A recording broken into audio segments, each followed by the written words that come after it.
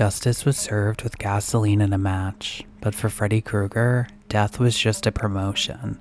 Stripped of his mortal limits, he reports for a new duty as the forever nightmare of the town that murdered him. Greetings, ghouls, and welcome to a dive into horror television. Tonight we explore No More Mr. Nice Guy, the pilot episode of Freddy's Nightmares. We open to a news reporter dissolving into one of Freddy's nightmares. He appears outside of Springwood's courthouse, and we learn Fred Krueger is on trial for murdering children. The town's lieutenant, Tim, saved the day by acting swiftly and arresting him just before Fred killed his children. But then, the defense lawyer wants the case dismissed because the evidence against Fred was obtained during an illegal arrest. The judge agrees that they can't move forward on this case. Freddy is set free, and the courtroom erupts in disbelief. The once revered lieutenant is now loathed. The parents that were in court agree that they should form a lynch mob to settle this once and for all. We cut over to Freddy in his boiler room. He creeps around deep in contemplation. He finds his knife gloves and he's happy to slip them on. Freddy's home. Later on, the lieutenant is home and his wife is devastated that Freddy is free. Her kids haven't been the same since all this happened. Their daughter Lisa tells her dad that if he kills Freddy, it will only make matters worse. He leaves. The lynch mob goes to Freddy's spot. The lieutenant goes to work and he has every intention of following the law. His cop buddy thinks sometimes bending the law is the right thing to do, but Tim disagrees. One of the cops goes to check in on the lieutenant's home and he's greeted with a plate of fried chicken. Nice. The mob is looking around Freddy's boiler room. There are all kinds of creepy items. The one that sticks out is a torn up basketball that one of the moms recognizes. Back at the house, Freddy claws the officer to shreds. Yikes. Tim calls for the downed officer, and no one answers. Freddy is still lurking around outside the home. He's stalking the two girls. Their mother goes outside to look for the police officer, but he's not there anymore. Lisa tells her mom that Freddy is here. She feels his presence. Then they hear his metal claws scraping against the gutter. A vase breaks. The lieutenant notices the mob outside his house and tells everyone to get lost and follow the law. The mob heads back to Freddy's and he's there now. One of the mob members points the gun at Freddy, but the lieutenant is there to make him drop the gun. Freddy threatens Tim's two girls. He can't wait to meet up with them again and get them this time. That's all he had to hear to change his mind and burn Freddy alive. He thinks back to what Lisa told him. Don't kill Freddy, it will only make it worse. We cut to Freddy and he promises that Springwood's nightmares have only just begun. The next day, Tim gets out of bed and he finds a present at his front door. Freddy's claw comes shooting out of the box and it gets him good. He hasn't been able to sleep a wink since he killed Freddy. His wife assures him that he did the right thing. In the mirror, Tim notices a scratch that looks a lot like Freddy's knife hand wound. He drops his daughters off at school, and they're adjusting to their new normal. They need tons of therapy. At the police station, Tim gets a letter from Freddy that says, "I'm burning in hell, wish you were here." Then it bursts into flames. We learn that the FBI is coming down to try to connect Freddy to other crimes all around the state. Tim admits to his coworker that he killed Freddy, and his coworker doesn't see a problem with it. He'll help cover up any evidence. Tim goes for a drive and he sees Freddy's ice cream truck swerving right into him, so he crashes his car. He gets notified that they found another body at the power plant, and it isn't Freddy's. So they go to the dump where the cop hid Fred's body. They open up the car's trunk and they don't find a body. They just see scratch marks from Freddy's claws. Very spooky. They go to the power plant to look at the body that just turned up. It's one of the people who killed Fred, and look at the claw marks on his torso. That evening, Tim isn't doing so hot. He's popping pills and washing them down with beer. He's a nervous wreck. His wife is very sweet and she does her best to relax him. He envisions a scene where he gets the electric chair for killing Krueger. He's pretty much snapped. That morning at breakfast, one of his children scare him half to death by singing, "He told me you killed him." Tim wants to know where she heard that, and she says, "Freddy. He's back in my dreams and yours." The girls' ride is there, so they exit.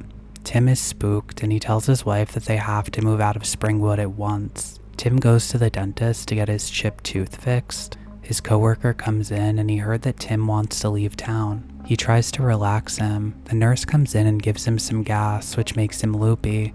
He sees the nurse without clothes. She gives him another injection that should put him to sleep. When he falls asleep, Freddy is there to extract all his teeth with his hand of terror. He dies in a horrible way. Thanks, Fred. The nurse tries to give him CPR, but it's of no use.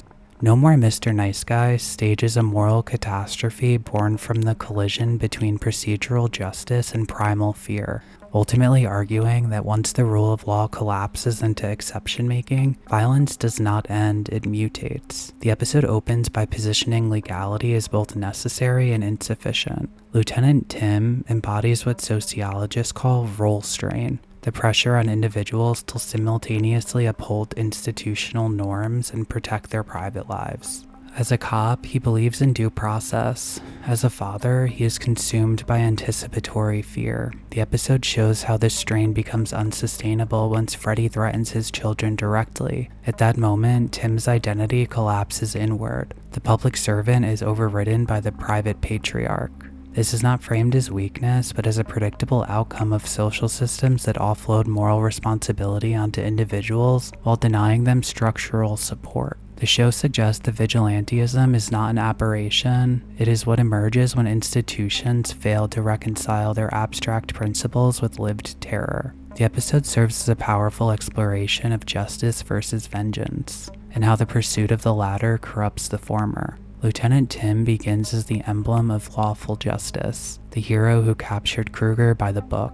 The system's failure, which prioritizes procedural integrity over moral outcome, creates a vacuum that vengeance rushes to fill. Tim's journey is one of moral decay. His transformation from lawman to lynch mob participant to murderer charts how good intentions, when fueled by rage and helplessness, can make a person indistinguishable from the monster they seek to destroy. The final act underscores that by becoming a killer, Tim didn't eradicate evil, he merely fulfilled its terms, trading a legal nightmare for a supernatural one and losing his soul in the process. This ties directly into the central tragic theme of the self-fulfilling prophecy and the inescapable trap. Freddy's entire plan is a monstrous gambit, built on understanding human nature. He doesn't just threaten Tim's children, he meticulously provokes Tim, counting on the father and officer's rage to trigger the very act that will damn him. Tim's daughter Lisa warns him that killing Freddy will only make it worse, a line that hangs over the entire narrative. By ignoring this and giving in to vengeance, Tim doesn't solve the problem, he activates it. He transforms Freddy from a mortal criminal into an immortal dream-walking demon. His action is the required ritual that unleashes the true horror, making him the architecture of his own and the town's perpetual doom. The episode is especially sharp in its portrayal of collective complicity. Once Tim kills Freddy, every institutional actor, from his wife to his fellow officers, participates in rationalization and cover-up. This aligns with social psychology research on moral disengagement. When harmful actions are reframed as necessary, deserved, or unavoidable, the repeated reassurance that Tim did the right thing does not heal him, it corrodes him. Guilt manifests somatically: sleeplessness, addiction, hallucinations, suggesting that conscience cannot be fully anesthetized by social approval. Freddy's claw marks appearing on Tim's own body underscore this point. The violence he unleashed now lives inside him. The story is also a cautionary tale about the burden of guilt and the death of conscience. Once Tim commits the murder, his heroic identity shatters and is replaced by paranoia, insomnia, and visions of his own execution. The physical scratch that appears on his body and the phantom claw marks in the car trunk are brilliant manifestations of a guilty conscience, the moral wound making itself physically visible. His descent into pills, alcohol, and frantic plans to flee illustrate how the guilt of his transgression consumes him long before Freddy does. His death at the dentist is not just a Freddy kill, it's a symbolic culmination. In the end, the system's failure created a monster out of Freddy, but Tim's choice created a monster out of himself, proving that in confronting pure evil, the greatest risk is becoming its mirror. Ultimately, No More Mr. Nice Guy argues that violence committed in the name of protection destroys the very category of innocence it seeks to defend. Tim's children do not feel safer, they require therapy. The town does not regain order, it becomes haunted. Freddy's final triumph is not survival but transformation. He becomes the embodiment of Springwood's moral failure. The episode leaves us with a grim conclusion. When a community decides that some lives can be taken outside the law, it forfeits the right to be free of monsters. Freddy is no longer just a killer, he is the consequence. Freddy was played by Robert Englund, who is famously Freddy Krueger in most adaptations. Tim was played by Ian Patrick Williams, who was in Dolls and Reanimator.